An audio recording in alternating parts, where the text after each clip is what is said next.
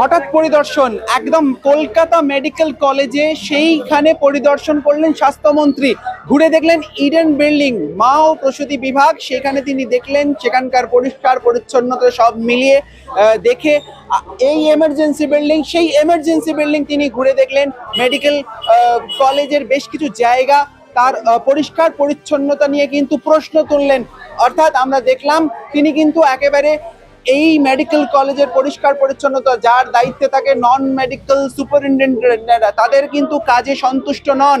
7 থেকে 10 দিনের মধ্যে কি কাজ হয় সেই দিকে নজর রাখবেন। তিনি সুযোগ দিতে চান, অর্থাৎ রোগী পরিষেবা যাতে কোনো রকম ব্যাঘাত না ঘটে এই দিকে নজর। এবং সেখানে আমরা দেখলাম এই ঠিক এমার্জেন্সি বিল্ডিং এর বাইরে প্রচুর মানুষের জমায়েত। তারা অনেকেই স্বাস্থ্যমন্ত্রীর সাথে দেখা করতে চাইছিলেন এবং কথা বলতে চাইছিলেন, তাদের অভিযোগগুলো বলতে চাইছিলেন। এবং সেরকম ভাবে আমরা দেখলাম তিনি একজনকে ডেকে নিলেন, সমস্যার কথা শুনলেন এবং এখানকার সুপারকে, অর্থাৎ কলকাতা মেডিকেল কলেজের সুপারকে সেই বিষয়টা দেখার কথা বললেন। শুধু তাই নয়, তাহলে আমরা যা দেখতে পাচ্ছি এই কলকাতা মেডিকেল কলেজ, সেই কলকাতা মেডিকেল কলেজ কিন্তু একদম পরিদর্শনে নিজে স্বাস্থ্যমন্ত্রী, এবং তিনি যেই রিপোর্ট দিলেন শুনে নেবো তার কাছ থেকে কি হলো সমস্তটা দেখে নেবো।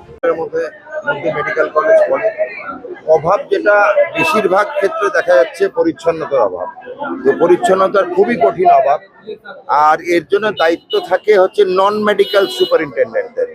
নন মেডিকেল সুপারিনটেন্ডেন্টদের আমার কাজের যে প্রবাহ দেখতে পাচ্ছি, আমি খুশি নই। আমি বলেছি প্রিন্সিপাল স্যার এবং এমএসভিপি স্যারকে পদক্ষেপ নিতে, যাতে তারা কাজ করে। কোনো সাসপেনশনের কথা বলা হয়নি, কোনো কর্মবিরতির কথা বলা হয়নি, স্থায়ী বা অস্থায়ী, সাময়িক বা দীর্ঘমেয়াদী কোনো রকম বলেনি। প্রথমবার আমার যা মতবাদ, কাজের সুযোগ দেওয়া হোক, কাজের সুযোগ দেওয়া হবে।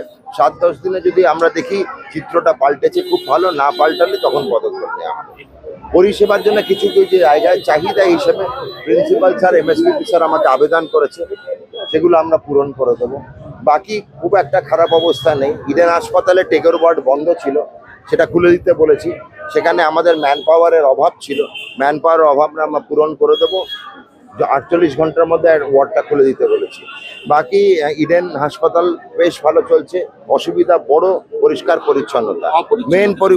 মেন পরিদর্শনের কারণ হচ্ছে ডেঙ্গি সিজন।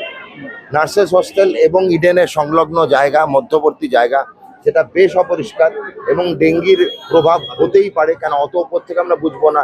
আমি ধরেই নিলাম ওর মধ্যে লার্ভি আছে, তো আমরা সেটা নিবারণ করার জন্য পদক্ষেপ নিতে বলেছি। আর এমার্জেন্সি কেমন দেখি? এমার্জেন্সির পরিষেবা এখন অবধি ছিলাম, পেশেন্ট রয়েছে বলে দেখলাম না, কিন্তু ঠিক আছে, নট ব্যাড।